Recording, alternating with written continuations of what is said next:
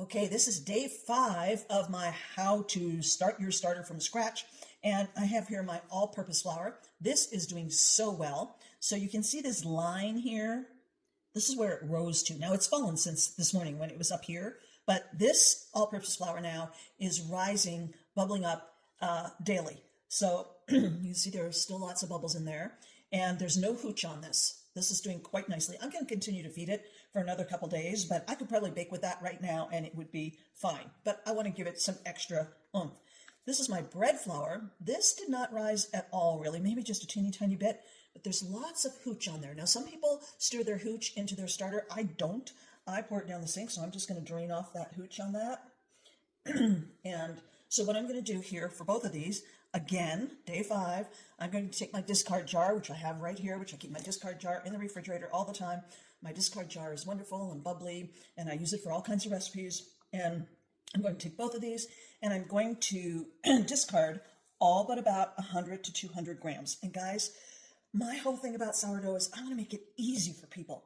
I want to make it easy and fun. I don't want you to stress out about it. This is the no stress zone for sourdough. So you don't have to get all involved of, oh my gosh, is it 150 milliliters exactly? And again, that's why I use a starter jar. A couple things. I love a nice wide mouth, but I also have my milliliters marked on here. So I've discarded, I probably have about 100 and, well, just slightly under 200 milliliters of that.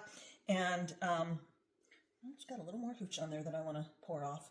Again, hooch is not a horrible thing. And I'm going to discard this bread flour, all but about, yep, I've got just a smidgy bit over 200 milliliters. I'm just going to discard a little more so that I've got plenty of new fresh feed in there.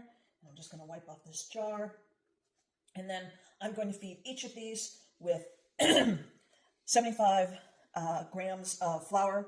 So again, I've got my all-purpose jar here. I've got all-purpose flour already measured out. I only did it to make the videos faster.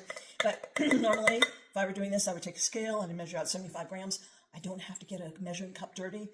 So I've got 75 grams of flour in there, which is equal to half a cup of flour. I'm going to use half a cup of water, which is 125 grams of water. Clearly, water weighs more than flour. So I'm going to put that in there, and I'll stir that all up. Same thing with my bread flour. This is my bread flour, which I pre-measured. So half a cup or 75 grams of bread flour, and then half a cup or 125 grams of water. And again, I always use my scale when I'm not doing this for a video. And I will stir those two up, and I will, again, put my cloth cover on them, and I will leave them on the counter overnight. So during this whole initial feeding, getting your starter started process, you leave your jars of starter on the counter overnight. It's only after you have an active, wonderful, ready to go starter that you can store it in the refrigerator. And again, there are no rights and wrongs. I keep mine in the refrigerator all the time. Some people leave it on the counter all the time. If I'm not baking, I will feed my starter approximately once a week, and then put it right back in the fridge. Some people have it on the counter, feed it a little bit every day. No rights or wrongs, but I just want to show you how easy this can be. You can do it all different ways, but honestly, I'm lazy, and I want to do it the easy way, and I want to show you how to make sourdough super easy, okay? So I'll be back tomorrow with day 6.